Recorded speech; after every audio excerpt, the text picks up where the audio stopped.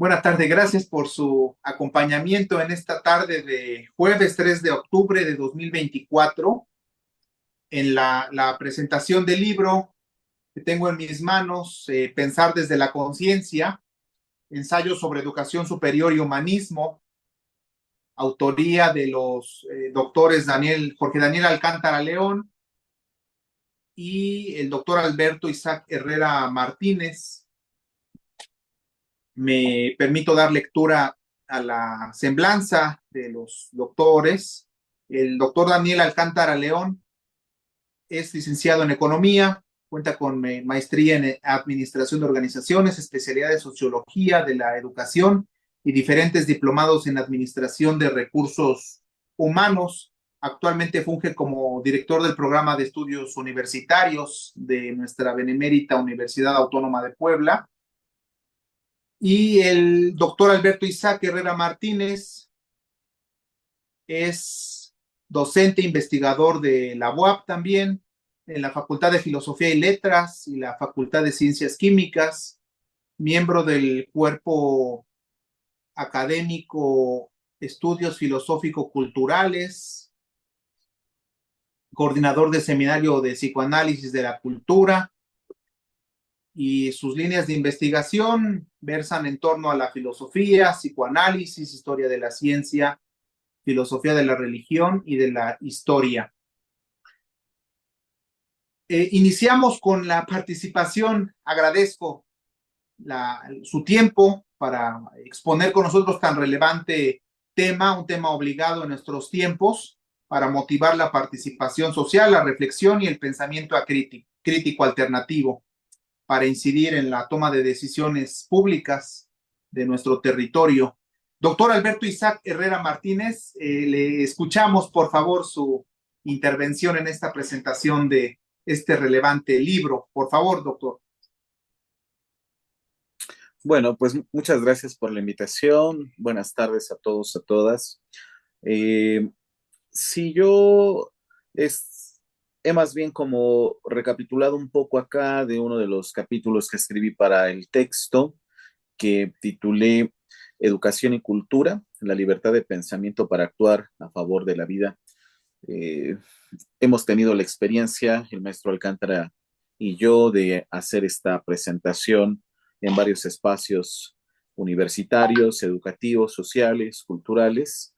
Y entonces, bueno, me preguntaba un poco cuál podría ser ahora una manera que refrescara el contenido del texto. Y entonces, bueno, quise remitirme a algunas ideas que desarrollé precisamente en este capítulo, que considero pues ayudarían al diálogo, a profundizar. Me parece que acá en este texto, la pregunta que formulo acerca de nuestra confianza en la educación para transformar nuestra realidad social es, de cierto modo, la motivación del texto en su integridad, ¿no? Es posible que ya quienes nos escuchen conozcan el contenido de la obra.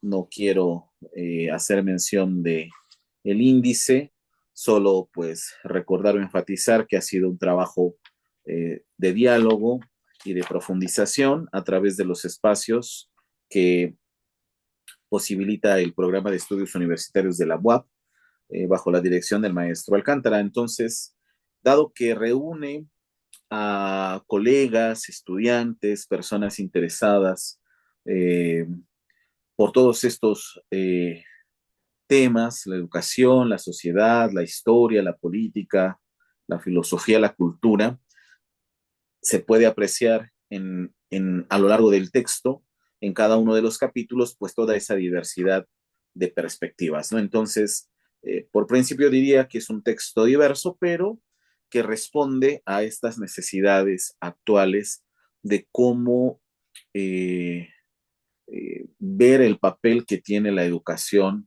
en nuestro contexto. Ahora, es la educación en general, en buena medida, pues se ha puesto énfasis en la educación superior, ¿no? En la actividad universitaria de los docentes y las docentes, pero creo que aplica perfectamente bien para cualquiera de los niveles educativos, ¿no?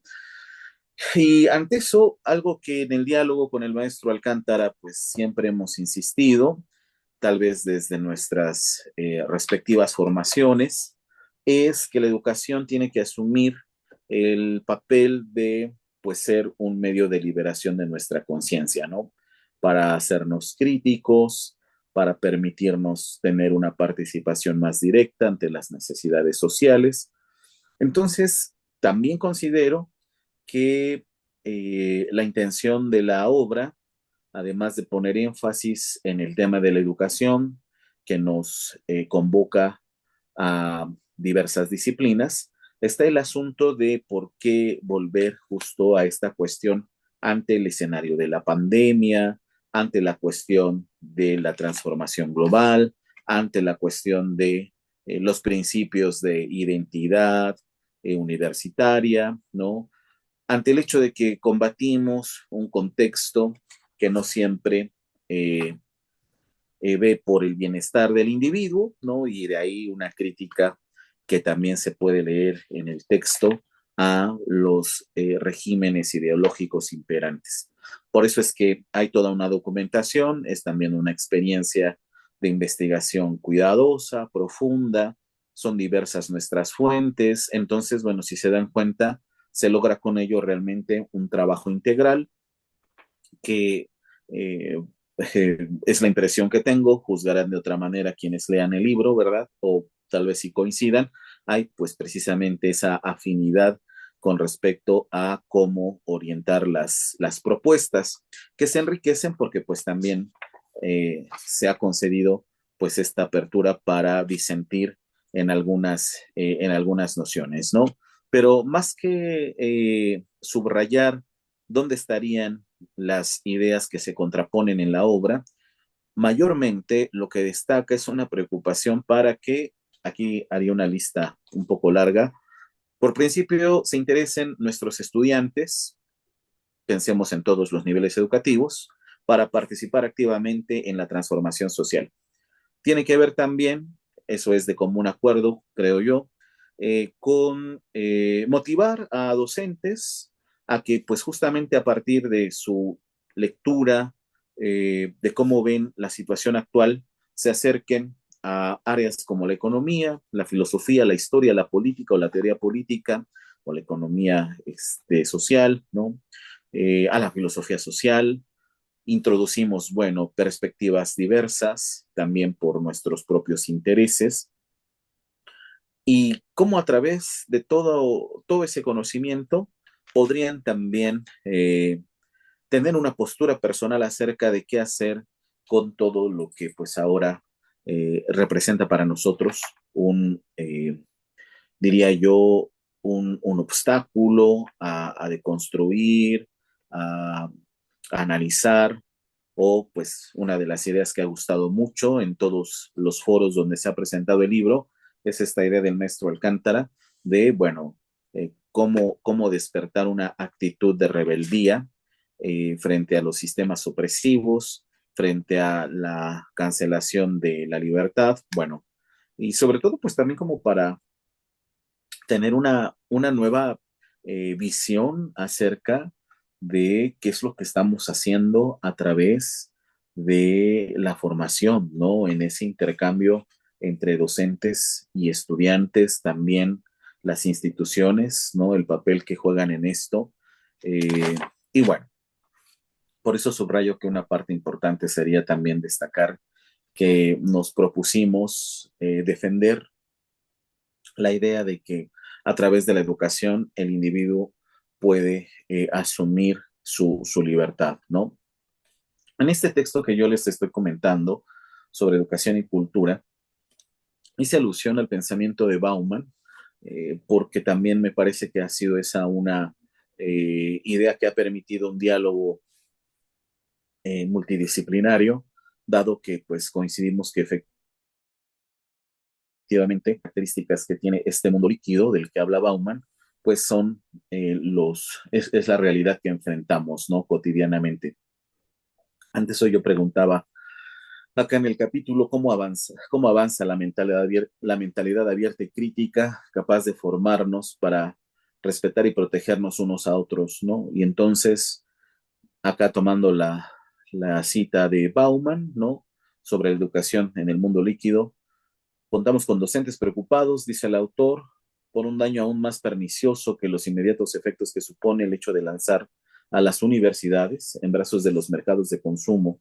Se trata de la suspensión o el abandono de los proyectos de investigación, de su devenir superfluo. Entonces, bueno, también en buena medida creo que el texto mantiene una postura para advertir acerca de los peligros de adoptar una actitud de indiferencia ante nuestra realidad histórica, ¿no? Eso creo que también es importante. Por eso es que al comienzo de la obra se vuelve a repensar cómo ha transformado nuestra mirada hacia las cosas y hacia nosotros mismos lo que pasó con la pandemia. Eso también pues ha despertado algunos comentarios a favor y en contra, pues así tiene que ser, ¿no? Por quienes han pensado que se trata ya de un fenómeno eh, superado. Creo que los planteamientos que hacemos acá, que invitan a repensar cuál es el papel del método científico, como lo propone el maestro Alcántara, qué tipo de actitud se podría aprender luego de lo que pasamos con la pandemia. Y ahí es donde yo propongo esta idea de actuar siempre como un poco ahí detenidamente, ¿no? Eh, creo que se conjuga, ¿no? O sea, finalmente es un modo de proponer eh, cómo actuar y también cómo prepararse, ¿no? Porque también permea mucho acá la preocupación de prevenir ante situaciones futuras que sin cultura, que sin educación, que sin humanismo, que sin filosofía, que sin pensar crítico, pues de nuevo seremos sorprendidos por como he escrito en otro texto, también en estas publicaciones que ha gestionado el maestro Alcántara, pues estaríamos también propensos a la barbarie. Y lo que queremos pues es lo contrario, ¿no? Vivir en un mundo más participativo, más responsable, etcétera, ¿no? Bueno, un poquito avanzando acá, retomo, por ejemplo, algo que también ha sido tema de análisis en varios de los proyectos que hemos realizado o que pues el maestro Alcántara también ha tenido a bien acoger en su espacio universitario, esta idea de poner en el centro de la reflexión las cuestiones éticas, ¿no? Es ahí en donde también podemos subrayar eh, un diálogo que se confronta, ¿no? De pronto, por parte del maestro Alcántara, poner énfasis en los aspectos sociales externos al individuo, un poco proponiendo en mi caso ir hacia como esta visión existencial, introspectiva, pero que lejos de oponerse, creo que se complementan. Así que tomando en cuenta que si el individuo es un ser ético, en función de la influencia del medio que le rodea y que al mismo tiempo tiene que ver mucho con el conocimiento que alcanza a tener de sí mismo, pues me parece que podemos así aportar una visión más amplia de lo que implica la vida ética en este momento, ¿no? Y bajo las circunstancias en las que nos encontramos ahora. Entonces, bueno, esa idea creo que también ha sido bien recibida. De vez en cuando acá retomo casi por lo regular el pensamiento de Victoria Camps, autora a la que, bueno, filósofa, autora, pensadora, que pues se ha retomado también no solo en el texto, sino en los proyectos que se han realizado en el espacio del maestro Daniel.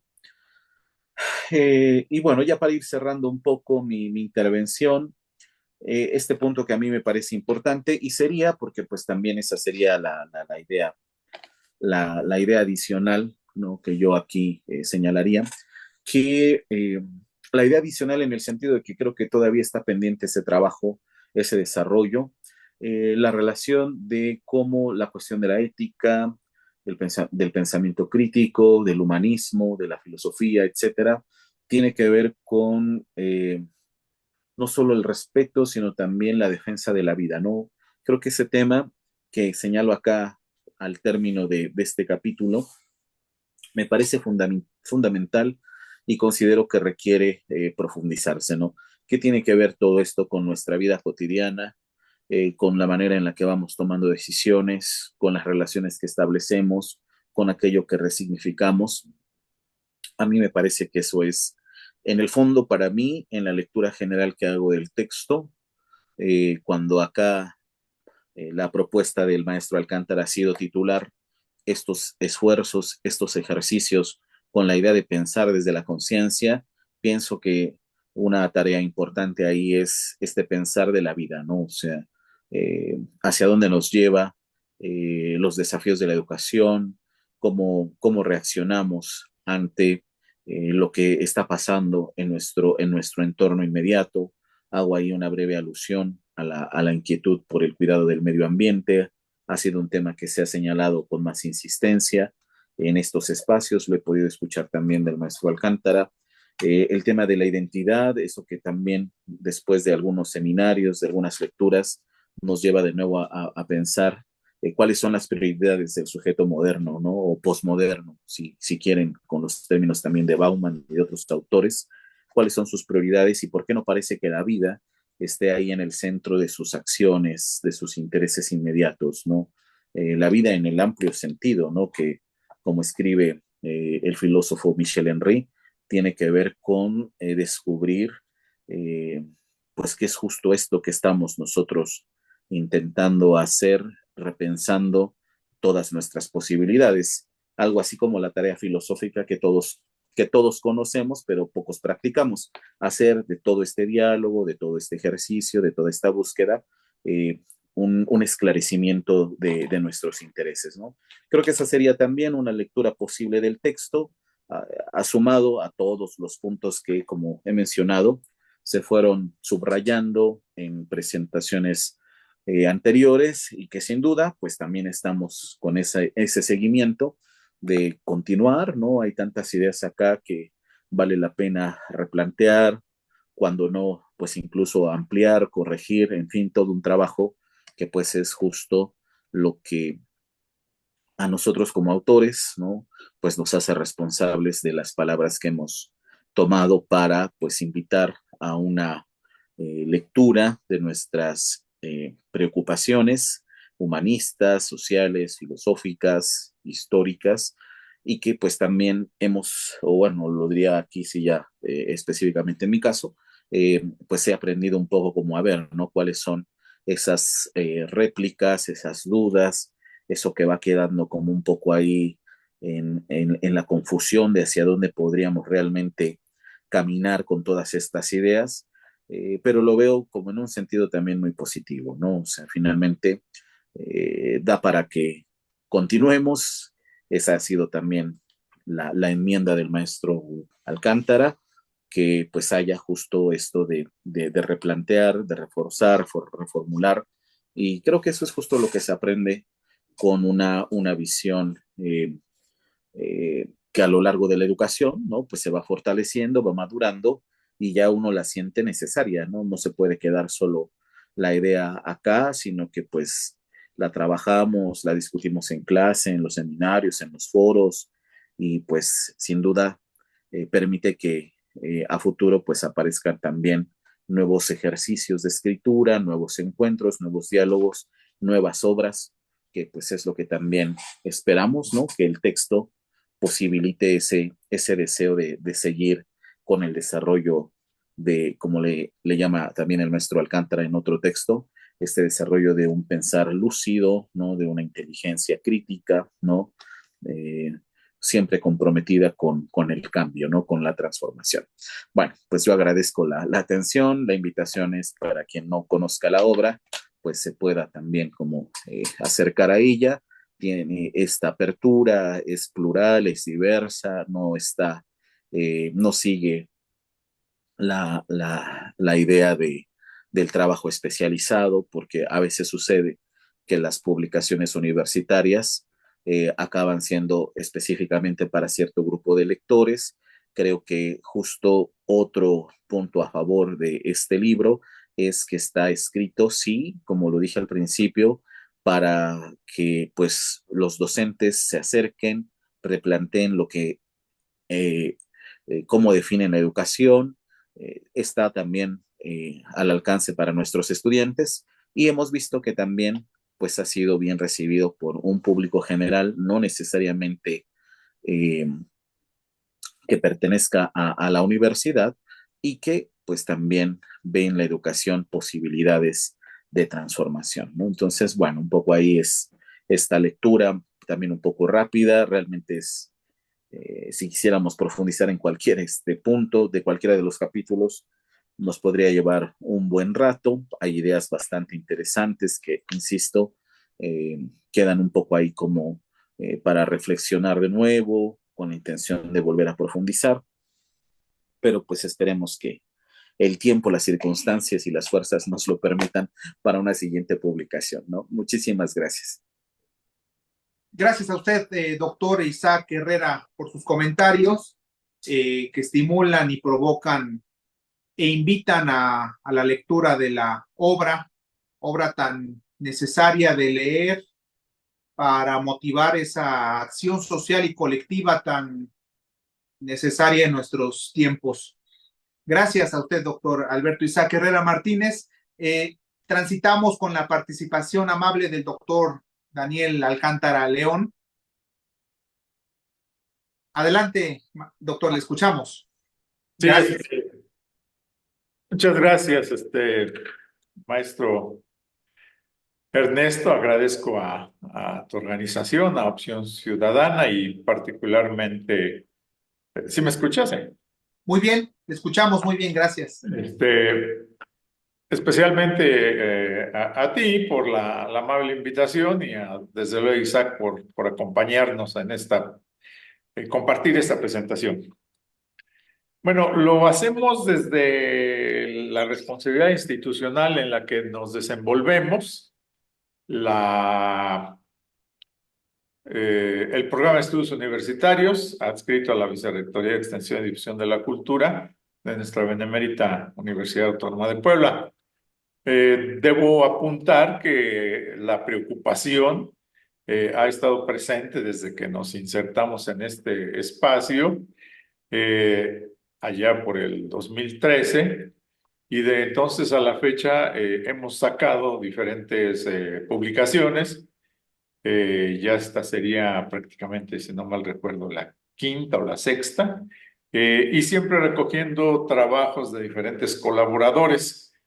De hecho, esta es la primera que hacemos en forma de coautoría, porque las otras han recogido más colaboraciones, resultados de foros y eventos. ¿En qué consiste el trabajo?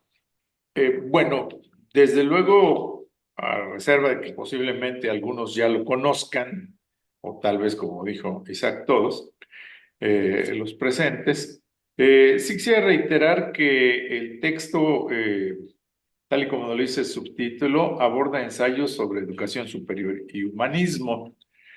Los voy a señalar simplemente para reforzar la idea de la amplitud de los temas.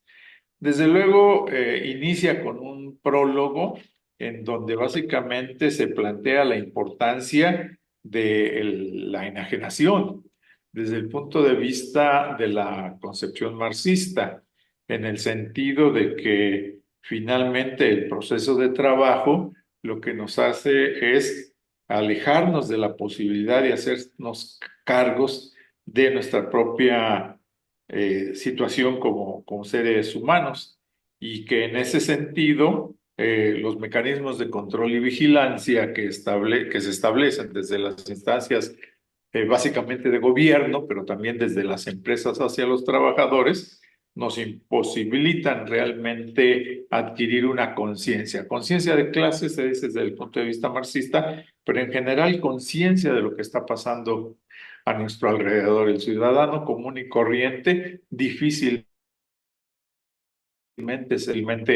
participa en la toma de decisiones, difícilmente contiene los elementos de pensamiento crítico que le permitan analizar las circunstancias en las que está viviendo. Y apuntamos nosotros para romper esa situación para avanzar hacia lo que llamamos pensar desde la conciencia, es necesario el estudio, la educación. Por eso es que planteamos la necesidad de que las universidades redefinan su función social, regresen, por decirlo así, a sus orígenes, en el sentido de ser la conciencia crítica de la sociedad y como conciencia crítica desde los pensadores, los intelectuales, los académicos, los científicos que elaboran en ella, puedan hacer propuestas, formular escenarios, valorar situaciones sobre los problemas que nos afectan a todos. Estamos en un contexto de cambio de gobierno. Hace unos días tomó posesión la nueva presidenta y de su discurso y de los compromisos ahí apuntados, se ve que vivimos en una situación altamente conflictiva. Desde los señalamientos de la importancia de impulsar políticas públicas que atiendan a las clases más necesitadas, tal y como lo dice la consigna desde el gobierno anterior, primero los pobres, que se ha traducido en políticas de bienestar, becas, estímulos y demás, hasta problemas y una de las demandas más sentidas, la seguridad. La situación de inseguridad en que nos encontramos todos sometidos por el contexto de la violencia y desde luego también el problema de la reforma judicial, la falta de los derechos humanos que muchos reclaman que no se han aplicado, la pretendida desaparición de los organismos autónomos, la composición de la Cámara de Senadores, de Diputados, los mecanismos de elección, la reelección o no reelección de los representantes populares, la militarización o no del país, la función de los militares en el contexto social y bueno, específicamente en el ámbito educativo se habla de la nueva escuela mexicana, sus contenidos, sus objetivos y finalmente, pues también la educación superior.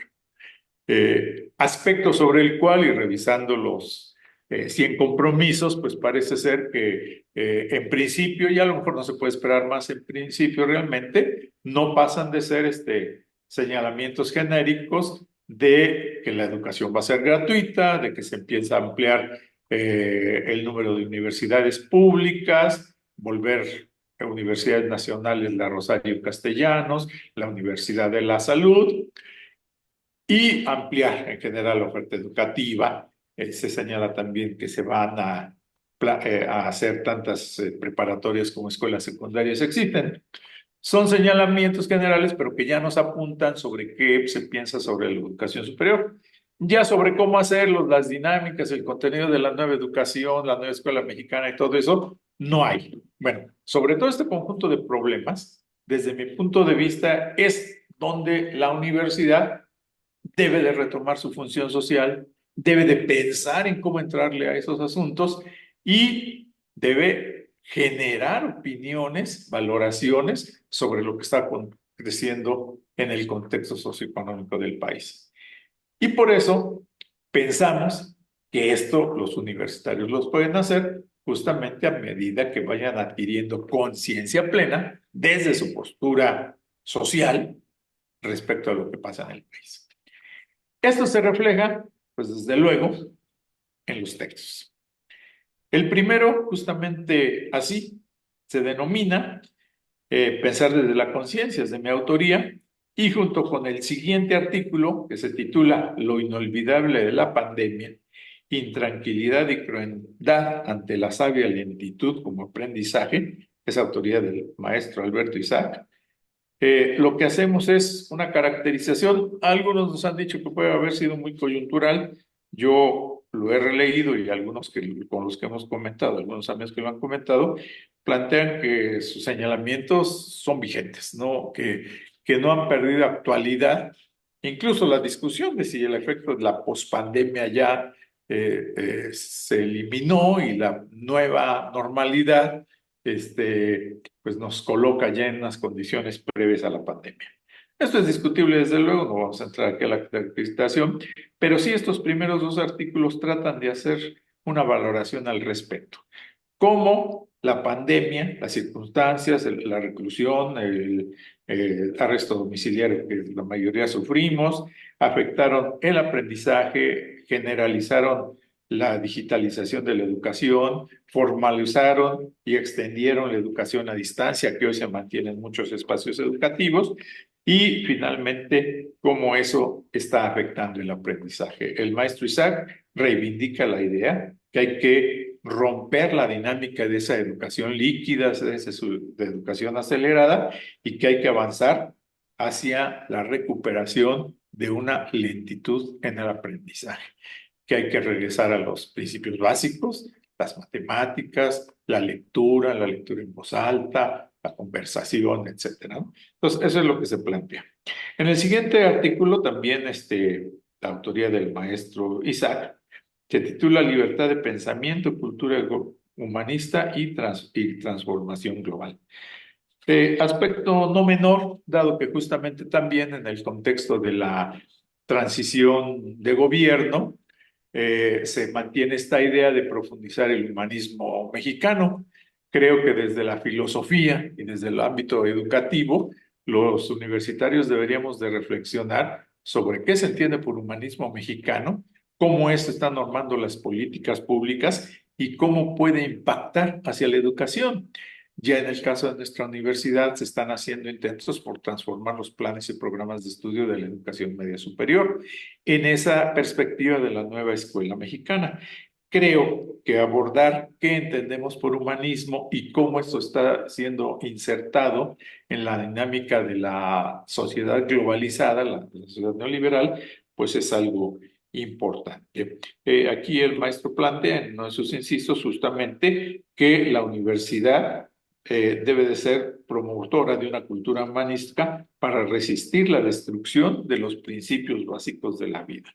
Es un artículo que a mí me parece muy profundo en sus conceptos, que apunta justamente a la importancia de despertar la conciencia universitaria, pero la conciencia también de los ciudadanos como personas cultas e informadas que puedan realmente tomar en sus manos la decisión del futuro.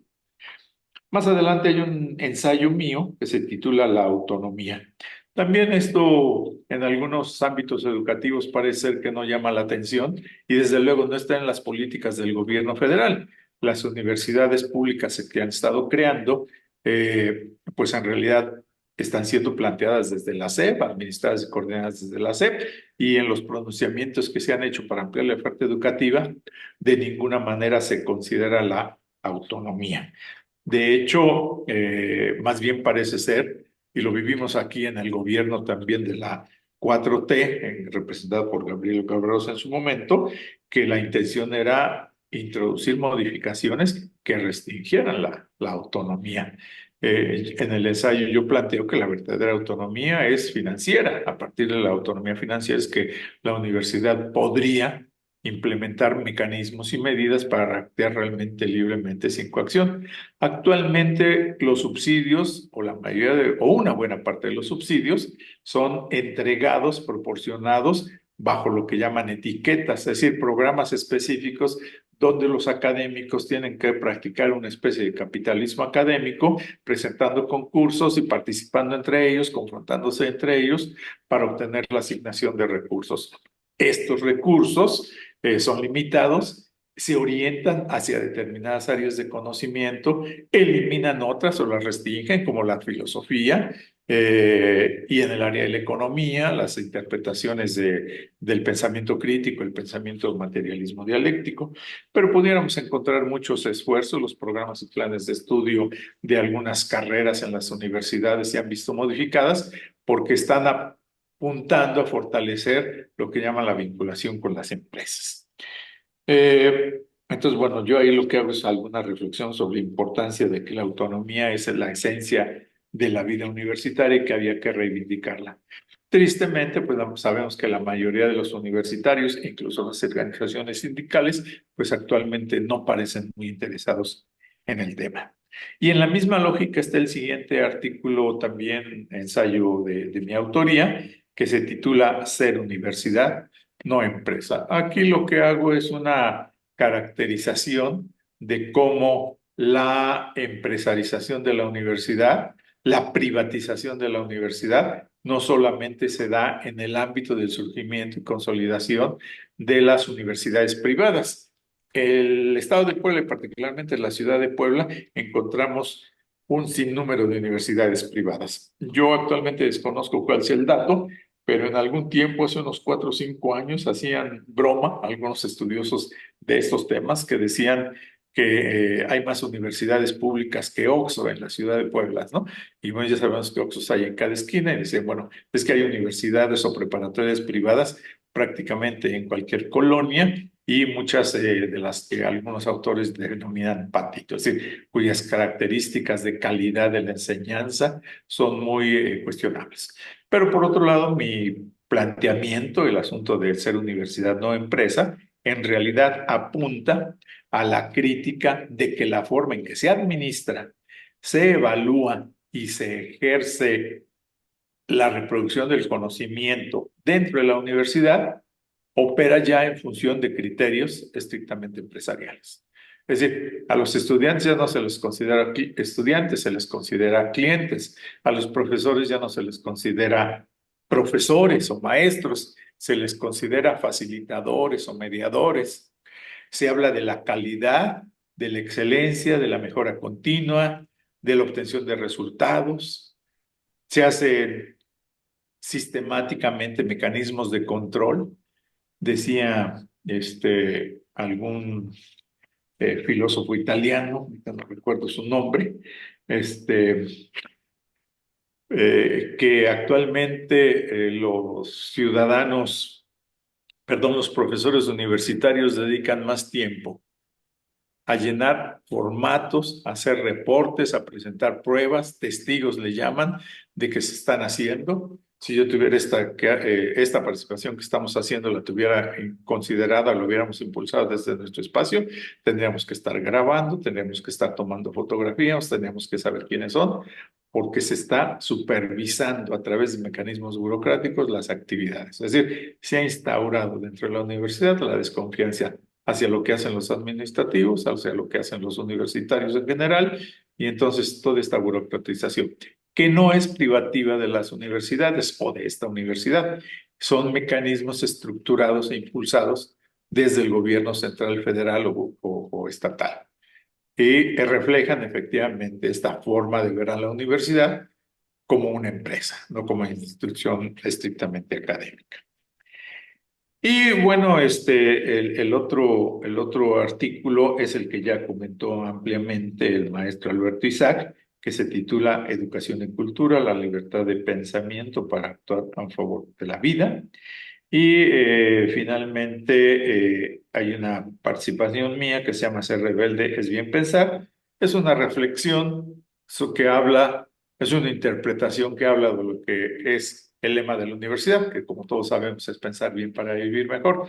Yo solo conozco una definición retomada por eh, el doctor Adolfo Sánchez Vázquez, que es es doctor honoris causa por la universidad en el año de 1984. Es una reflexión amplia de mucha calidad, ojalá y todos pudieran también conocerla, leerla, valorarla, pero en el prólogo lo anotamos como epígrafo y dice lo siguiente: la vida de una universidad tiene que ser sustancialmente ejercicio del pensamiento para generar pensadores que vislumbren una razón que permita una relación más humana con la naturaleza y una relación más justa entre los hombres. Es decir, piensa que para eso debe ser la universidad, para generar respeto hacia la naturaleza tan necesaria hoy que estamos viendo cómo también la dinámica de la industrialización, la conquista incluso del espacio con los viajes que se pretenden para ir más allá de la Luna, con la instalación de sin número de satélites para mecanismos de comunicación y los viajes que pretenden grandes empresas monopólicas privadas, pues están generando una destrucción de la naturaleza, del suelo, del subsuelo, ahora del espacio, bueno, el espacio aéreo y el espacio exterior. Y todo esto pues significa que vemos a la tierra no como nuestra casa, sino como un medio de explotación y de saqueo, para lo cual podemos supuestamente vivir en condiciones materiales mejores, cosa que para la mayoría de la población, desde luego, esto no se da. Y la otra es que la educación debe de servir esencialmente para que nuestras convivencias, la forma en que nos relacionamos socialmente, como construimos comunidad, sea basado en otros valores, no en la competencia, no en la agresividad, no en la violencia, no en las guerras, no en el engaño, en el fraude, sino en la colaboración, en la fraternidad, en la generosidad, en el reconocimiento de la individualidad del otro. Creo que en ese sentido, pues es lo que apunta esta idea de las reflexiones sobre lo que significa el lema de la universidad. Cada quien puede hacer sus invitaciones. De hecho, es la invitación para que todos reflexionemos sobre lo que significa este lema de la universidad, pensar bien para vivir mejor. Bueno, pues eso es lo que contiene el libro Pensar desde la conciencia. Valga también el comentario. No sé si se encuentra, debería de ser en la librería, la del complejo cultural, pero como desconozco los mecanismos y la eficiencia de los mecanismos de distribución de la prensa, lo pueden buscar allá porque si no lo tienen se los podrían conseguir, pero si quieren ir a la segura, aquí en el espacio 14, en donde tenemos ubicada la sede del programa de estudios universitarios, se encuentra también la sede de la Dirección General de Publicaciones de nuestra benemérita universidad, que es quien nos hizo favor de promovernos a aceptar la publicación y distribución del libro. Y bueno, pueden venir aquí, estamos ubicados en la 2 Norte, sí, 2 Norte 1404, en el barrio de San José, y ahí lo podrán encontrar. Creo que es un texto que vale la pena adquirir, leer y comentar con los compañeros que pudieran estar interesados en esta problemática. Y bueno, como dijo Isaac, la dejo porque les iba yo a plantear algo del contenido de Pensar desde la conciencia del artículo, pero mejor pues damos opción por si hubiera algunos comentarios de los compañeros presentes. Muchas gracias a todos ustedes. Muchas gracias a usted, doctor Daniel Alcántara, y anteriormente al doctor Alberto Isaac Herrera Martínez. Antes de transitar al siguiente segmento, esperando interrogantes, comentarios adicionales, respuestas, yo considero que es obligada la lectura, sea uno universitario o no lo sea un simple, un ciudadano, para motivar esa responsabilidad social, yo diría esa participación social tan obligada. Ya el maestro Daniel nos hacía mención del el inmueble Espacio 14, que pertenece, uno de los más de 40 inmuebles que pertenecen a la UAP. Y hace unos días, transitando por nuestro centro histórico, es de llamar la atención el descuido de nuestro patrimonio histórico y edificado. Lo comento porque es necesario pensar desde la conciencia el valor histórico y la utilidad de los inmuebles situados en el centro histórico o no, fuera de él, concretamente la zona de 6.99 kilómetros cuadrados que comprende la Declaratoria de Puebla como Patrimonio Mundial de la Humanidad, pero obligadamente ese sentido de arraigo, de identidad cultural y de apropiamiento o de apropiación es obligada a una conciencia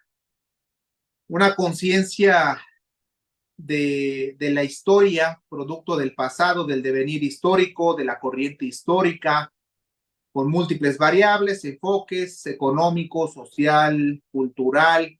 Ya al inicio el doctor Alberto Isaac también nos hacía mención de estos enfoques y encaminados, yo diría, pensar desde la conciencia para evitar fenómenos devastadores como la gentrificación, el desplazamiento y algo que también menciona la obra que tengo visualizando en pantalla, el sistema reproductor de capital y generador de desigualdades multidimensionales, acumulación de capital, Bien sabemos que ha habido movimientos en Estados Unidos, nuestro vecino del norte, de Occupy Wall Street, we are the 99%, somos nosotros el 99%, si se llamó, frente al 1% de la población que concentra la mayor riqueza. Para algunos economistas como Gerardo Esquivel, él habla mucho sobre el 0.01%, cuya principal actividad económica, financiera, muchas veces de especulación financiera, abonan precisamente a al ampliar la brecha de la desigualdad. Concluyo, es obligado, como ya mencionaba yo, la lectura de esta obra para generar una acción social y colectiva.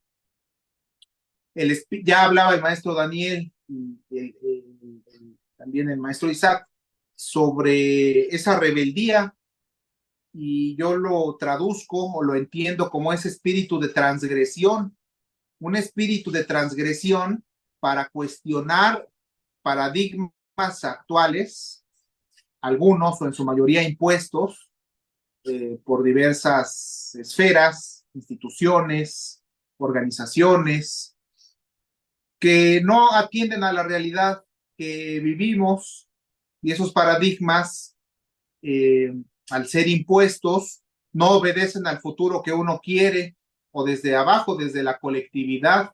Entonces, para ello es obligado ese espíritu de transgresión y cuestionar para transitar, ya decía yo, a otros paradigmas. Concluyo, hablaba hace unos días con el maestro Daniel Alcántara sobre la reciente fiebre, yo diría, de entrega de doctorados honoris causa. Hizo mención que se entregó en la década de los 80, si bien recuerdo, 84, ya se cumplen 40 años, al doctor Sánchez, si bien recuerdo, Sánchez Vázquez. Y cómo se ha desvirtuado en estas últimas décadas o lustros, y se ha perdido esa relevancia del por qué o del para qué concretamente se entrega un doctorado honoris causa. Hoy, en tiempos tan anhelados por todos de paz, para contrarrestar los efectos de los conflictos armados, de la economía de guerra, de la militarización, dentro de nuestro país y fuera de él.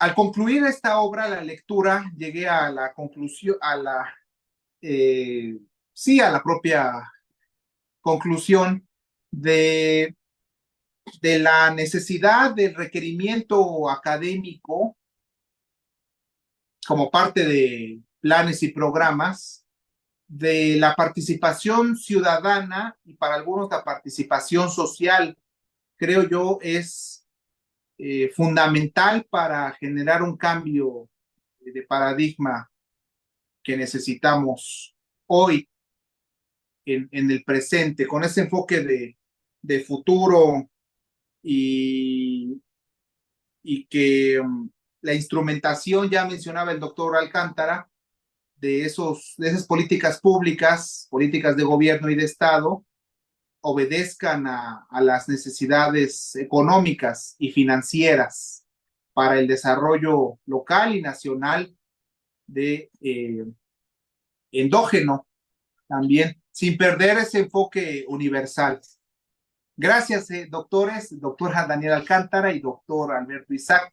Transitamos al segmento de participaciones, preguntas, comentarios adicionales por parte de los presentes. Manifestaré puedan mostrar su mano física o virtual y escuchar sus comentarios concretos. Lo suplicaría yo para dar oportunidad a las respuestas y este ejercicio de dialéctica. Ingeniero, le pediría su participación breve para escucharle. Si nos apoya activando su micrófono, por favor, para escuchar otras consideraciones. Ok, ya está activado mi micrófono. Ya, muy bien, le escuchamos. Adelante, ingeniero. Bueno, don Daniel y don Alberto, yo fui profesor de la Universidad Autónoma de Puebla, ¿verdad? Desde el año 64 al 72. Después tuve oportunidad de fundar la famosa ahora Universidad UPAEP. También fui profesor ahí del 73 al 78. También, como he dicho en reiteradas ocasiones, puse la primera piedra de la Universidad de las Américas. Y ahí también fui catedrático, recuerdo del año 71, 72 al 74, no demasiado tiempo. Y he tenido alumnos que han triunfado en la vida y qué bueno, yo me dediqué a dar cursos, como ustedes saben, de economía, básicamente, a dos facultades, la Facultad de Administración de Empresas, que se fundó en la UAP por los años 60, y también a la Facultad, obviamente, de Economía, ¿sí? Bueno, yo pienso lo siguiente, las universidades pueden ser armas, como tanto se dice, ¿no? De destrucción masiva. ¿A qué me refiero? Las universidades son obviamente interdisciplinarias, tienen muchísimas carreras. Vamos a decir, la UNAM tiene 350,000 alumnos, ¿sí?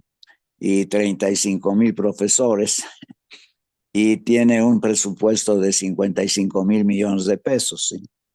La UAP tiene un presupuesto de 7,000 millones, superior, como sabemos, al presupuesto del municipio de Puebla. La educación debe de recibir el 8% del PIB en cualquier país del mundo, según los estándares internacionales. El 8% del PIB mexicano, que se aproxima a 30 billones de pesos, si lo dividimos por 20, es el equivalente de 1,500,000 millones de dólares.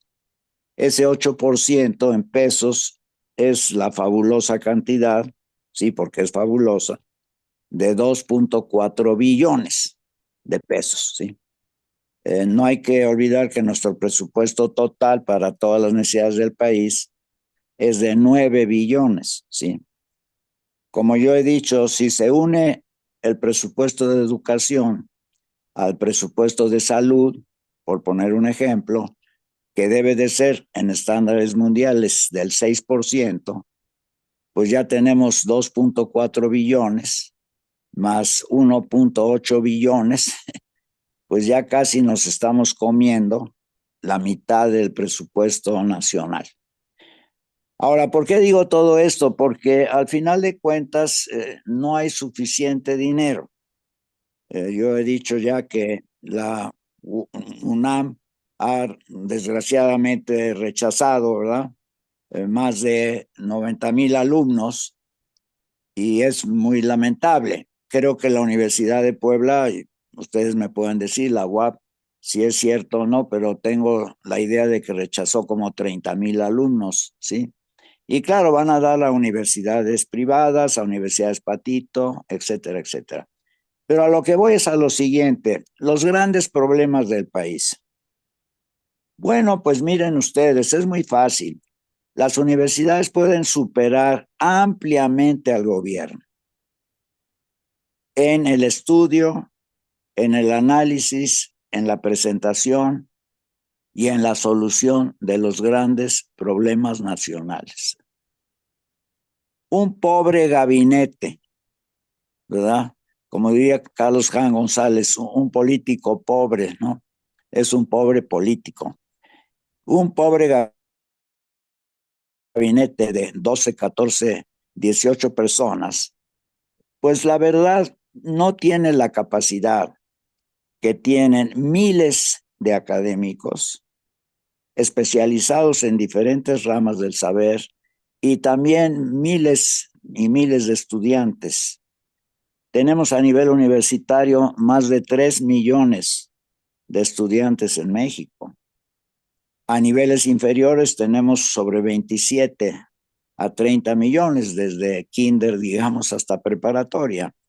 Bueno, ¿qué cuesta armar una serie de seminarios y de foros en que puede, como dice Ernesto, participar, si es que nos invitan, ¿verdad?, a la sociedad civil. Estaríamos en la mejor disposición de participar ya con nuestras experiencias, el hecho de que somos ya personas adultas, etcétera. Pero independientemente de eso, la propia universidad, con sus académicos, con sus profesores y con los alumnos de los años más avanzados, los que están haciendo, por supuesto, maestrías, los que están haciendo doctorados, ¿qué problema en México no le pudieran dar una solución verdaderamente inteligente? Incluso las universidades podían competir entre ellas mismas, ¿sí? ¿Qué propone la UNAM? ¿Qué propone la Universidad de Guadalajara? ¿Qué propone la Universidad de Nuevo León, que es una universidad pública? ¿Qué proponen algunas de las famosas, vamos a decir, universidades privadas, como puede ser el TEC de Monterrey, el ITAM, etcétera, la propia UPAEP y demás, ¿sí? Porque, ¿por qué vamos a estar estudiando en compartimentos estancos? Así se dice. Vamos a estudiar nada más economía, vamos a estudiar física, vamos a estudiar esto. No, aquí hay que abordar, ya que se trata de la conciencia de la sociedad, de que la universidad verdaderamente se meta en la problemática social. Claro que se debe de meter en la problemática social. La universidad debe de desarrollar el famoso pensamiento crítico, como siempre se ha dicho, de la propia UAP, etcétera, etcétera, ¿no? No tenemos que estar alejados de ninguna manera de toda la tremenda situación que vive nuestro país, que ya es muy conocida en seguridad, en pobreza, modelos económicos que no han resultado, etcétera, etcétera. Entonces yo creo que la universidad realmente podría ser, yo diría, maravillas, bien organizada. ¿Quién le va a decir a la universidad que no debe de discutir estos temas? Nadie. Y los puede discutir de muy diferentes formas y obviamente de manera interdisciplinaria. Entonces, es un pensamiento. Y el segundo, nada más para no alargarme, pues es lo que Claudia Sheinbaum como presidenta quiere en el aspecto científico, ¿sí?, y tecnológico, ya que ella pues, es doctora en física. Yo creo que también eso es muy importante, muy relevante, ¿verdad? Que México ya dé ese paso trascendental. Ella ya está hablando de hacer un coche mexicano al 100%, ¿no? Felicidades. De meternos en los famosos transistores, en fin, todas estas nuevas tecnologías en las que otros países, los semiconductores, etcétera, han sido ya pues vanguardistas y demás, ¿no? México pues definitivamente tiene todo tipo de ingeniería y de capacidad científica. Nosotros conocemos al gran amigo Alejandro Pedrosa, que fue el que puso el primer laboratorio de física en la Universidad Autónoma de Puebla, pero lo puso construyendo sus propios aparatos en la época del rector don Luis Rivera Terrazas. Entonces, yo creo que el impulsar la ciencia, evidentemente, y la tecnología en la que los países industrializados y avanzados, pues realmente han hecho maravillas. Y nosotros, a pesar de todo lo que ustedes quieran y digan, nos hemos quedado muy rezagados. Entonces, la comunidad científica tiene incluso, diría yo, que presentarle a la doctora un programa, ¿sí?, que se sepa. Y nosotros hemos estado fomentando desde nuestro grupo la posibilidad de hacer un congreso de científicos en México para que se definan las políticas que debemos de seguir, dónde se debe de investigar, qué tanto dinero se debe de aplicar, porque si vamos a esto, nada más en ciencia y tecnología estamos aplicando el 0.4% del PIB, o sea que son 120,000 millones. Si aplicáramos el 1%, pues serían 300,000 millones de pesos al año. Y ya sucesivamente, ¿no? Corea del Sur ya casi está llegando al 3% y tienen la idea de llegar al 5%. No hay ningún país en el mundo que haya llegado ni remotamente al 5% de su PIB en ciencia y tecnología. Estados Unidos está sobre el 2,5%. Muy O bien, sea que ingeniero. yo creo que eso sería estupendo y que fuera una carta de presentación, porque una cosa es que la presidenta diga, quiero ciencia y tecnología, correcto, y otra cosa es que los científicos digan, este es el tipo de ciencia y tecnología que deberíamos de tener en México, porque ellos sí saben lo que quieren y ellos viven la ciencia y la tecnología cada día de su vida. Así que esas son algunas de las ideas. No nos hagamos bolas, las cosas son muy sencillas. Queremos resolver problemas, pues tenemos a 3 millones de universitarios contra un gabinete de 18 personas. Por favor, ¿quién va a ganar en los planteamientos y en las soluciones? Pues tienen que ganar los universitarios. Arriba las universidades de México. Gracias, ingeniero, por sus comentarios. ¿Alguna intervención, doctor Daniel, doctor Alberto Isaac? ¿Algún comentario adicional?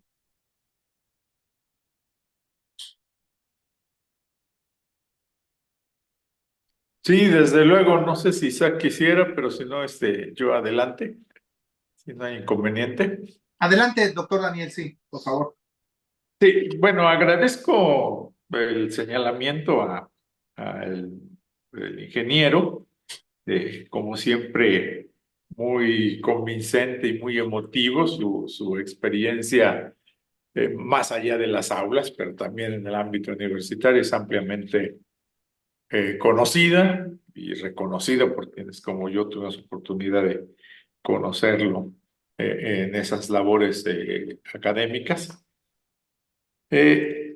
Coincido plenamente. Decía yo que justamente los señalamientos que se han planteado, expresado en los 100 compromisos, no pasan más allá de generalidades, en los 100 compromisos que se dieron a conocer ayer o antier. Sí hay que impulsar la educación, hay que promover la gratuidad, hay que dar becas, apoyos económicos a los alumnos, pero la ampliación de la oferta tiene que estar vinculada a la creación de la infraestructura. Y para eso, pues efectivamente lo que hay que hacer es incrementar los recursos destinados a la educación. Es muy loable la idea de que hay que administrar adecuadamente los recursos financieros, pero la austeridad, aunque se le agregue el calificativo de republicana, la austeridad republicana en materia de salud y o en este caso educación, pues no son la mejor receta. Se requiere efectivamente, como bien apunta el ingeniero, a incrementar los recursos, a priorizar, como lo han hecho otros países, la inversión en investigación, en desarrollo científico, en infraestructura, en la actualización de la tecnología para laboratorios.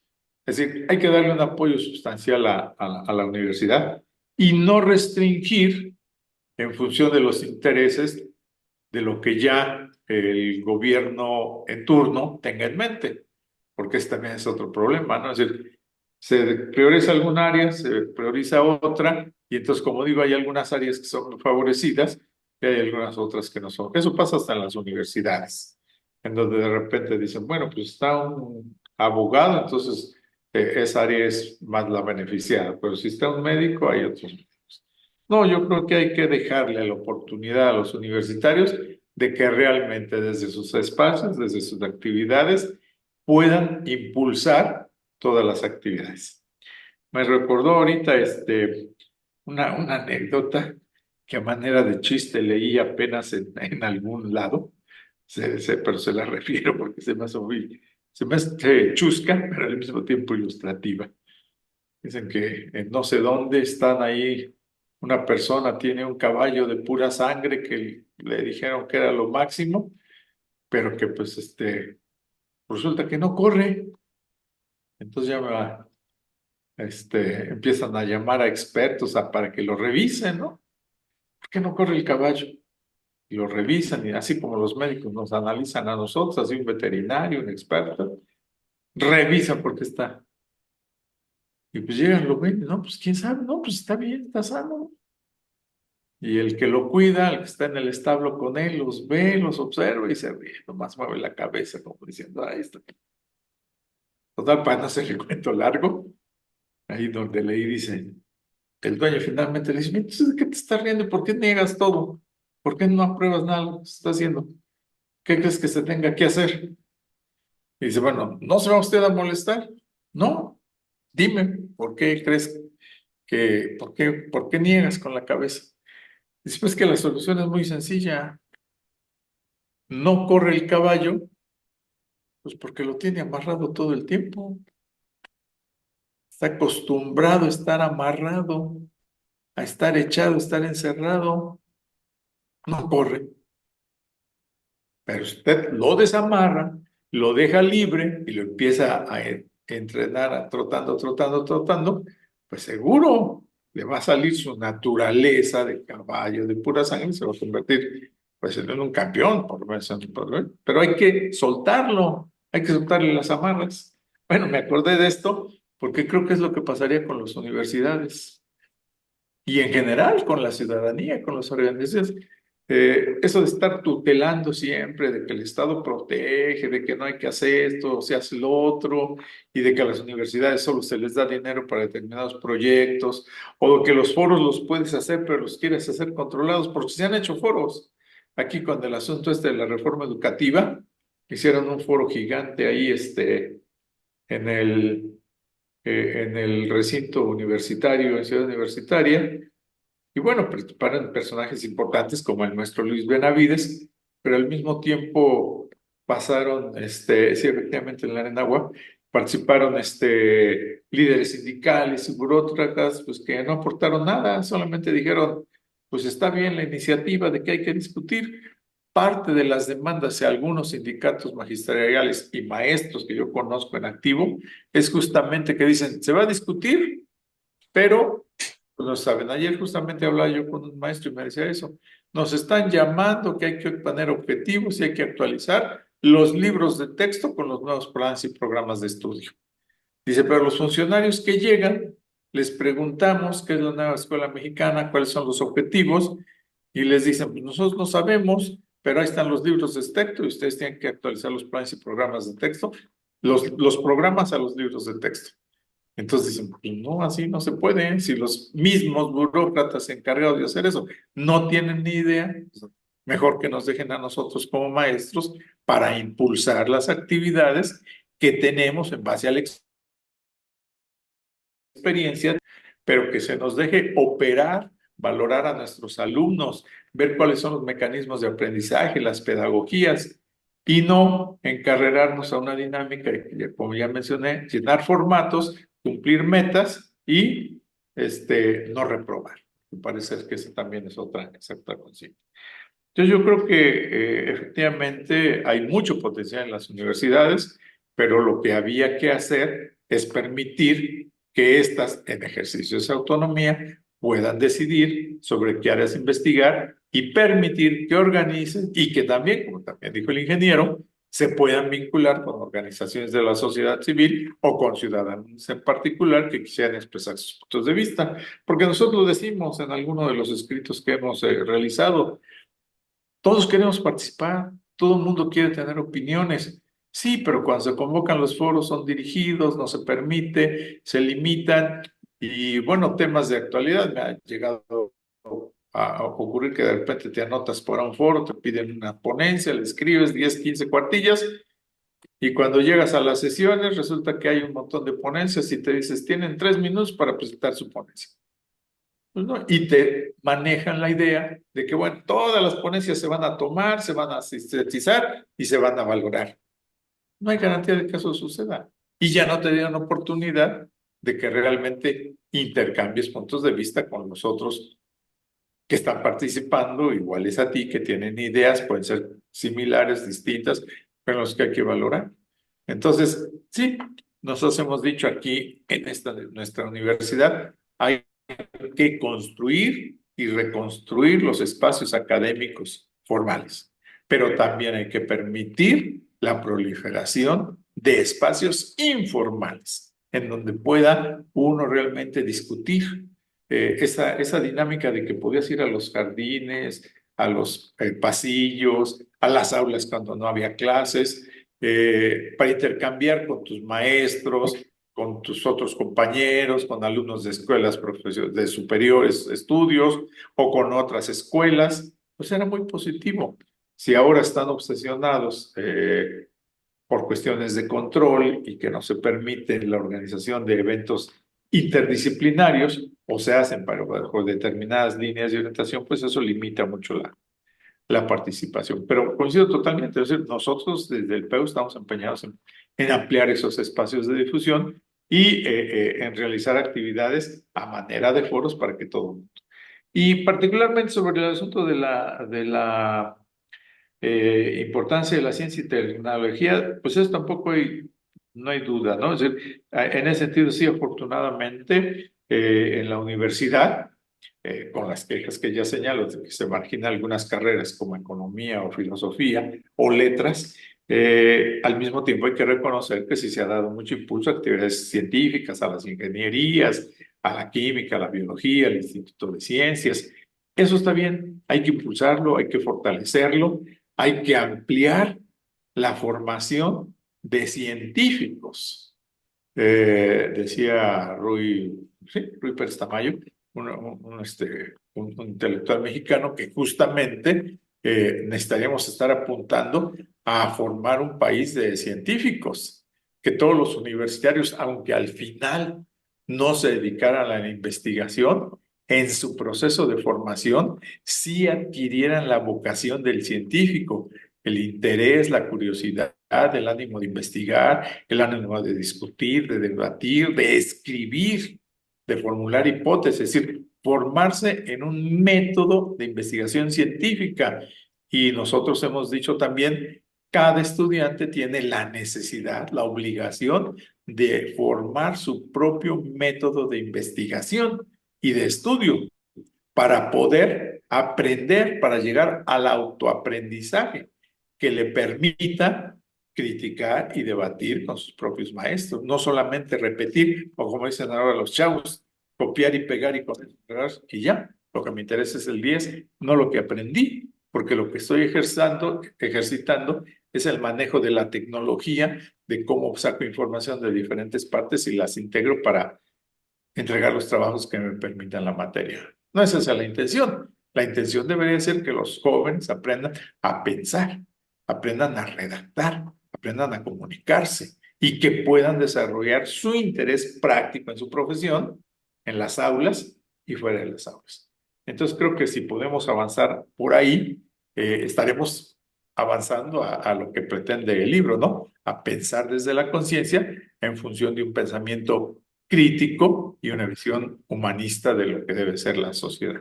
Esa es mi opinión, no sé qué pudiera comentar Isaac.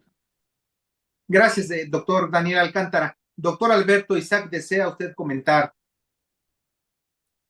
Sí, maestro Ernesto, gracias. Por favor. Gracias, sí. Pues es que lo que yo pienso, ¿no? Con el comentario del maestro Ricardo, que la vida universitaria es dinámica, es cambiante, que el escenario que enfrentamos ahora los docentes es muy complejo, que hay que incentivar el desarrollo de la ciencia es correcto, no se puede dejar atrás las humanidades. En lo que no estoy de acuerdo es en pensar que puede ser simple el asunto, me parece todo lo contrario. La realidad que vive el estudiante ahora es de mucha zozobra ante el futuro. El primer capítulo del texto, el maestro Alcántara toca un tema que es muy interesante, la idea de la incertidumbre, ¿no? El estudiante no sabe muy bien a veces qué es lo que está estudiando. Aclaramos a través de estos foros, jornadas, seminarios, cómo es que la ciencia es una disciplina del pensamiento, la cual no se ha adoptado, no es un hábito. Entonces, bueno, son como cuestiones en el sentido no de la expectativa que yo comparto, que México llegue a ser un país destacado en todo el mundo, Finalmente, eso también repercutirá en algunos aspectos de manera negativa si seguimos la idea de Bauman, ¿no? Formar, o del propio Edgar Morin, ¿no?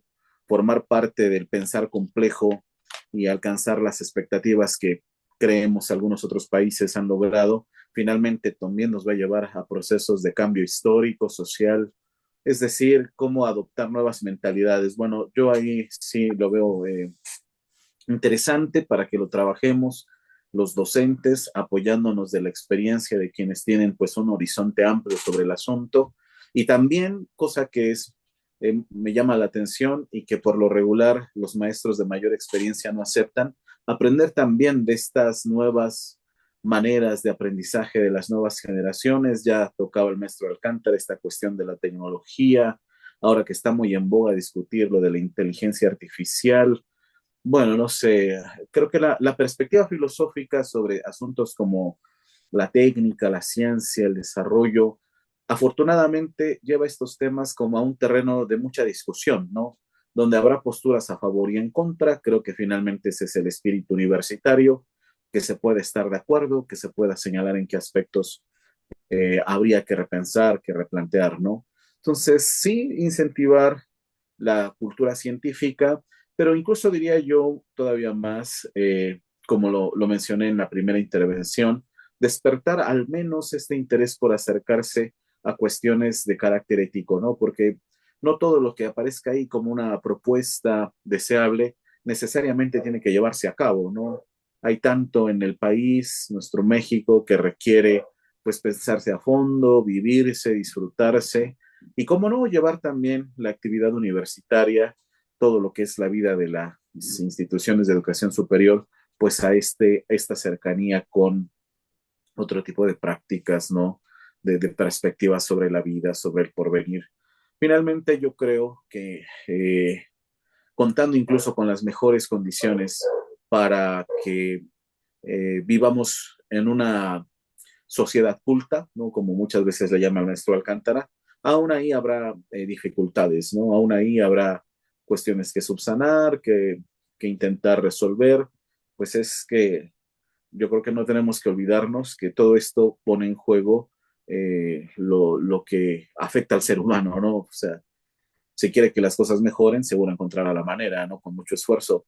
Si todavía no se da cuenta de que las cosas requieren mejora, pues habrá que seguir luchando, porque si no señalamos esto, también vamos a caer en el prejuicio de que toda la solución recae en lo que los docentes podamos enseñar a los estudiantes, ¿no? Y no, no es así, o sea, todos tenemos que aportar algo para que esto de la educación sea algo que nos beneficie a todos, ¿no? Eso es lo que opinaría con el comentario del maestro Ricardo.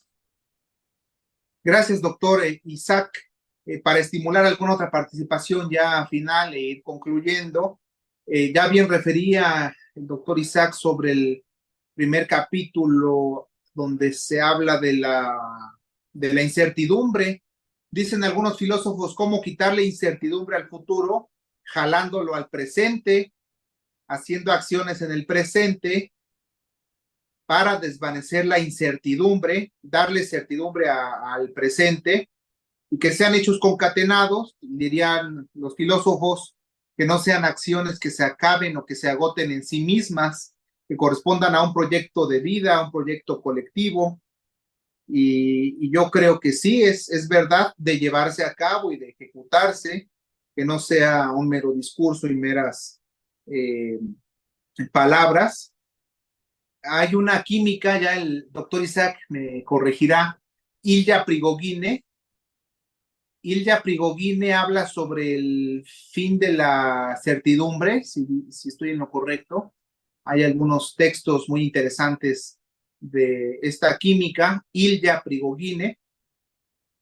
Y también vino a mi mente un texto de la UNESCO del año 2004-2005, Análisis y Transdisciplinariedad del Pensamiento Complejo.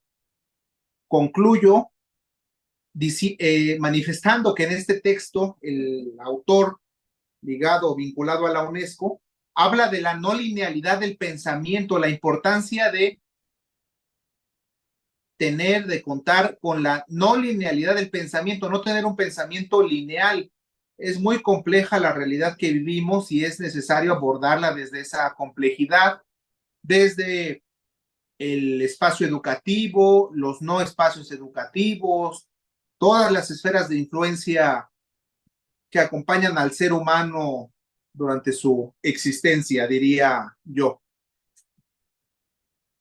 ¿Habrá alguna intervención adicional, final, por parte de nuestros amigos invitados que nos acompañan? ¿Alguna interrogante o comentario adicional que hubiera?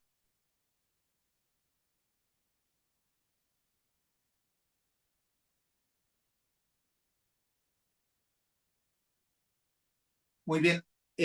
Manifiesta su deseo de participar nuevamente el ingeniero Ricardo Villa, ya que otras personas no desean hacerlo. Ingeniero, le suplicaría su comentario, su pregunta breve para escuchar Sí, no? finalmente intervenciones de los doctores. Por favor, breve, se lo suplico. Gracias. ¿Cómo no?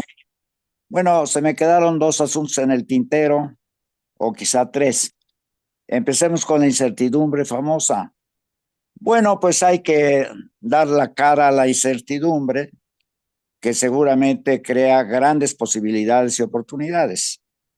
O sea, no hay que tenerle miedo. Definitivamente, claro, hay gran incertidumbre. El mundo se está moviendo pues en fases y áreas y escenarios que no eran muy comunes.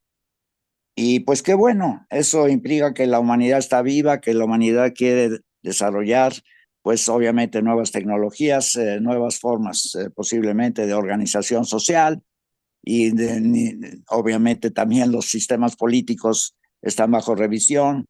El hecho de que las sociedades en general no reciben lo que merecen y lo que quieren y requieren. Entonces sería un tema que hay que abordar con más optimismo, ¿verdad? A pesar de que es difícil, y qué bueno que sea difícil, ¿verdad? Como diría Cuauhtémoc, que acaso estoy en un lecho de rosas, pues no. El segundo tema es la cuestión empresarial. Bueno, que las universidades se hayan convertido en empresas, pues para eso están las facultades de empresas, ¿no? Si vamos a hablar de la empresa, pues vamos a hablar dentro de lo que es la facultad de empresas. Y ahí todo lo que quieran. Yo como empresario conozco las... Así que no tenemos por qué ni remotamente, ¿verdad?, convertir a la universidad en un espíritu empresarial de eficiencia y de calidad y de todo eso. No, eso no se aplica al pensamiento libre, crítico y demás, ¿no? Eso, como digo, está bien dentro de lo que es una carrera de empresas. Eso ya es aparte, ¿no? Completamente. Y está perfectamente delimitado. Y por último, el asunto del humanismo mexicano, o humanismo a secas, o humanismo universal. Yo creo que hay que explorar lo que Andrés Manuel propuso, y muy bien, yo no digo que no, ¿verdad? Todo lo que es humano, pues evidentemente no nos es ajeno, y además es de suma importancia, ¿sí? Nosotros todavía no somos robots, ni pensamos ser robots, y la parte humana de todo nuestro entorno, pues es tremendamente importante, ¿sí? Todo lo que se hace, se desarrolla, etcétera, etcétera, eventualmente va hacia el ser humano, va a impactar al ser humano. Entonces, pues es evidente que hay que ver en qué consiste una sociedad mucho más humana, mucho más fraterna, mucho más igualitaria y mucho más libre. Los 3 grandes conceptos de la Revolución Francesa de 1789. Pues yo con eso terminaría.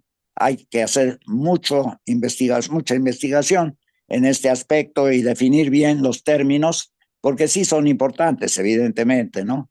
Queremos humanizar al mundo porque cada día lo vemos más deshumanizado y desgraciadamente más degradado y más desvalorado, que eso francamente no estamos de acuerdo en lo más mínimo. Hay que reconstruir los valores y hay que reconstruir la dignidad del ser humano a como dé lugar. Muchas gracias. Gracias, ingeniero. Antes de transitar alguna conclusión final por parte de los doctores, comento que se ha perdido el sentido de la vida misma. También lo refiere la presente obra. esa sensibilidad, capacidad para cuestionarse y en consecuencia para generar propuestas. Es muy clara la obra en este síntoma, yo diría, del siglo que vivimos. Se ha perdido este sentido, ya decía yo, de vida, de amor por la vida, de apreciación por la vida. Ya para algunos no vale nada. Ayer perdimos a un amigo, integrante del colectivo Opción Ciudadana Puebla, José Guillermo Medina Álvarez, con quien hoy acompañamos a su familia, y fue es muy lamentable al tratarse de un miembro activo, y su ausencia será muy notoria entre nosotros. ¿Alguna consideración final, doctores, doctora Daniel, doctor Alberto, Isaac, eh, para transitar a la finalización? Por favor. Sí, tomo la palabra antes para que pues, el maestro Alcántara cierre con broche de oro el comentario. Solo decir, muy de acuerdo con esta última intervención también del maestro Ricardo. Creo que los docentes, independientemente de qué área sea en la que enseñemos, tenemos que trabajar mucho por dignificar, ¿no? Dignificar la vida, mostrar que somos responsables de nuestros actos, que si vamos a enseñar a científicos, humanistas, escritores, ingenieros, pues que lo hagan siempre como en beneficio de todos, todas, cuidando el ambiente, respetando el conocimiento mismo. Entonces, bueno, sí, ese es un trabajo muy fuerte porque implica también revisar cómo está la dinámica propia de las instituciones, que si se inclinan hacia una visión no humanista, sino más bien empresarial, bueno, también es todo un fenómeno que ahora pues estamos acá cuestionando. Yo creo que hay que aprovechar estos espacios con los que cuenta nuestra universidad y cualquier otra que promueva la libertad de pensamiento, la convivencia, ¿no? Responsable y respetuosa para que pues todas nuestras inquietudes pues sean escuchadas y también puedan trabajarse. Creo que eso es lo que refleja el libro, ¿no? Que publicamos el maestro Alcántara y yo, que pues también es respuesta a inquietudes como las que se han expresado ahora y que pues las hemos ido de alguna manera escuchando a lo largo de nuestras respectivas trayectorias académicas, ¿no? O institucionales, que si nos damos cuenta, pues coinciden, ¿no? Son muy afines. Bien decía el maestro Ernesto, no es un libro especializado en el sentido de que solo alguien con formación universitaria o estando en la vida universitaria podría interesar. Es como para que cualquiera que tiene ese deseo de ver un mundo mejor, pues se pueda acercar. Esa es nuestra intención. Y bueno, seguimos trabajando con esa idea, con ese entusiasmo también, por supuesto, intentando dar un paso adelante a un escepticismo que está muy difundido, no solo en la sociedad en general, sino incluso dentro de la academia, ¿no?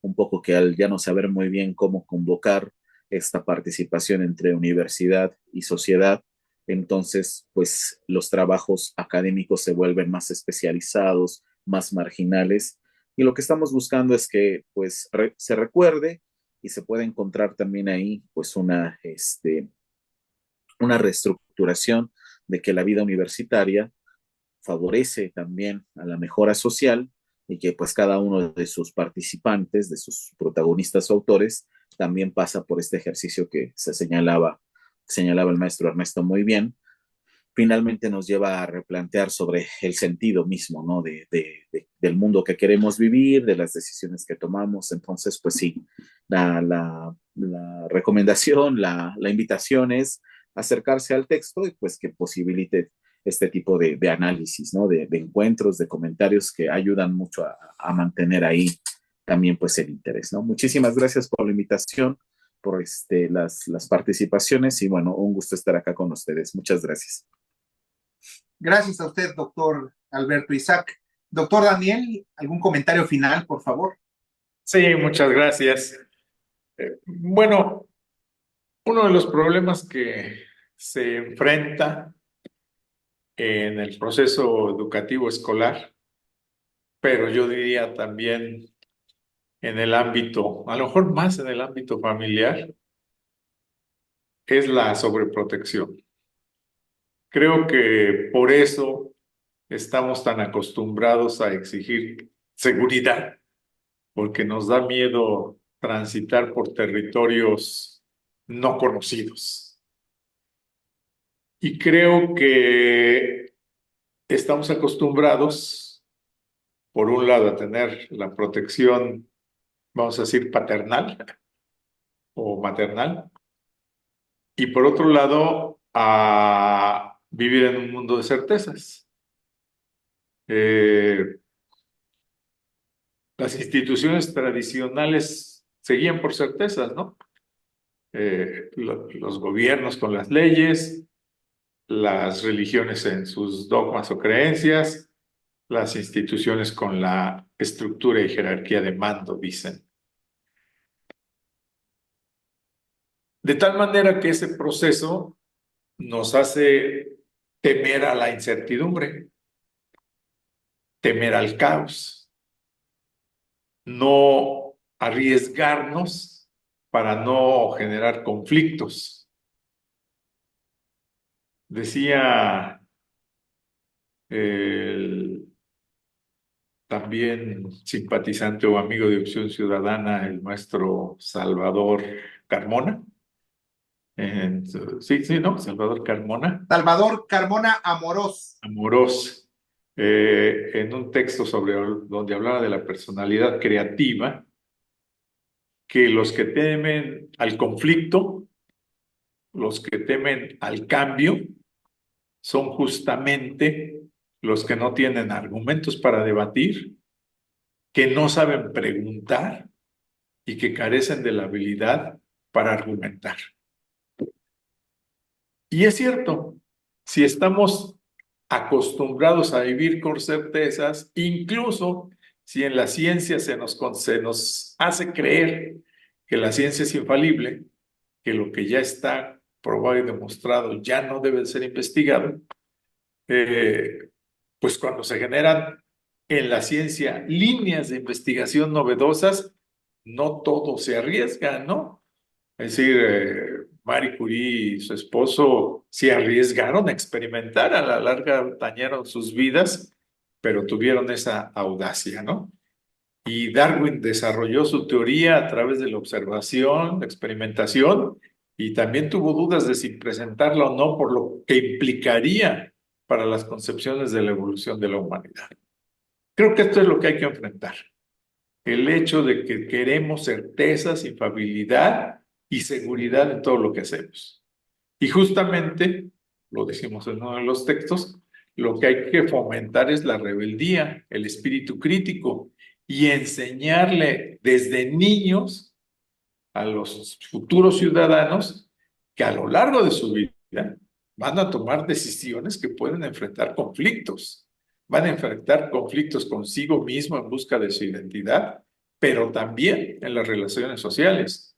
Que vivir en familia implica asumir un compromiso de por vida, o por lo menos de largos años de duración indefinida, con la persona que vas a vivir bajo el mismo techo. Porque era por eso, hay muchas personas que no quieren tener hijos, hay muchas personas que no se quieren casar, no quieren vivir en familia, porque le temen al compromiso. Por eso hay muchas asociaciones que tienen duración efímera. Hay muchos negocios que también truenan al cabo de pocos meses, porque no se piensa en construir algo sólido, se piensa un negocio donde voy a sacar dinero porque ahorita está de auge o porque ahorita está obteniendo dinero. Pero en cuanto empieza a haber pérdidas, piensan que el mercado va a cambiar, se salen. Los gobiernos también lo ven transitorio y quieren, por eso dicen la corrupción, porque dicen ya estoy acá y quiero ver cómo me enriquezo en el puesto en el que estoy. No, hay que entender, hacerles ver a todos los jóvenes, a todos los niños, a todos los ciudadanos, que sí, vivimos en el cambio y que hay que prepararnos para eso. Que la posibilidad de riesgos no solamente es que de repente llegue un huracán y cree estragos en una ciudad donde normalmente era ciudad turística y todo era belleza, o que de repente hay un temblor y que acaba con bienes materiales y personas, o que de repente llega un gobierno que establece políticas que sacuden a la estructura social, o que llegue otro gobierno y que de realidad se dedica a perder el tiempo. Pues no, hay que enseñar. Y eso pasa por la formación, yo digo, de lo que antes decíamos, el carácter. Hay que formar a los ciudadanos desde chicos, desde jóvenes, desde niños, en la adquisición de principios éticos, de valores morales y de ver al otro como una persona de la que vas a aprender, no como un enemigo. Ahí es donde se habla, o se pudiera hablar de lo que también decía el presidente saliente, una revolución de las conciencias. Empezar ahí es construir una forma de pensar distinta. Para hacer posible cualquier cambio de transformación, yo soy de los que consideran que sin ética no puede haber revolución, no puede haber transformación posible. Se vuelve un mito la transformación si no apuntamos hacia valores éticos. No importa que se diga que sean democráticos o que no se miente, no se roba, si seguimos viendo que se miente, que se roba, que se traiciona, que se hacen chicanas, que no se respetan compromisos. Entonces, pues así está difícil. Y las universidades efectivamente ya en el nivel superior deben de hacerles ver, insisto, que los jóvenes tienen que formar su propio método de investigación, aprendiendo con sus maestros, con sus compañeros y con ellos mismos. Esa sería la función social de la universidad. Formar, lo he dicho, lo decía Isaac, formar ciudadanos cultos capaces de conocer su entorno, valorar las circunstancias y actuar con decisión. Y como decía el maestro Salvador, capacitarse para poder argumentar y debatir con las ideas con las que uno no está de acuerdo, pero también aceptar a respetar el otro, porque también es muy fácil, no estás de acuerdo, pues te elimino, te excluyo, te expulso, te margino, te cancelo espacios de donde puedes expresarme. Entonces, también el derecho a la discusión, el derecho al pensamiento, el derecho a la libertad de reunión y asociación, pues se limitan por más que estén establecidos en la Constitución. Creo que ahí, lo decía ahorita Isaac, la universidad tiene mucho, mucho que discutir, porque insisto, desde mi punto de vista, la universidad debería de ser la conciencia crítica de la sociedad. Creo que a eso deberían estar abocados todos los universitarios y todos los que de una u otra manera están vinculados a la educación en el país, que no son pocos, por cierto. Los maestros de la educación básica y educación media superior suman millones en el país. Pues con esto concluyo. Quiero reiterar la invitación para que puedan leer los textos y pues agradezco nuevamente a Ernesto por su participación, a la organización Opción Ciudadana por la consideración hacia nosotros y hacia todos y cada uno de los compañeros que nos acompañaron, muy desde luego en especial al maestro Ricardo Villa Escalera por sus siempre atinados comentarios. Gracias y buenas noches. Gracias a ustedes, doctor Daniel Alcántara y doctor Alberto Isaac Herrera Martínez, por su tiempo para compartir sus comentarios, sus vivencias. Necesitamos crisis y caos para transgredir y transitar a otros paradigmas. Motivemos, creo yo, la función social universitaria para apuntalar esos pilares de una universidad democrática, científica, laica, crítica y popular para lo que resta del siglo XXI. Gracias a todos por su tiempo, su participación y estamos en contacto. Que tengan buena noche. Muchas gracias, buena noche, hasta luego. Gracias, buenas noches.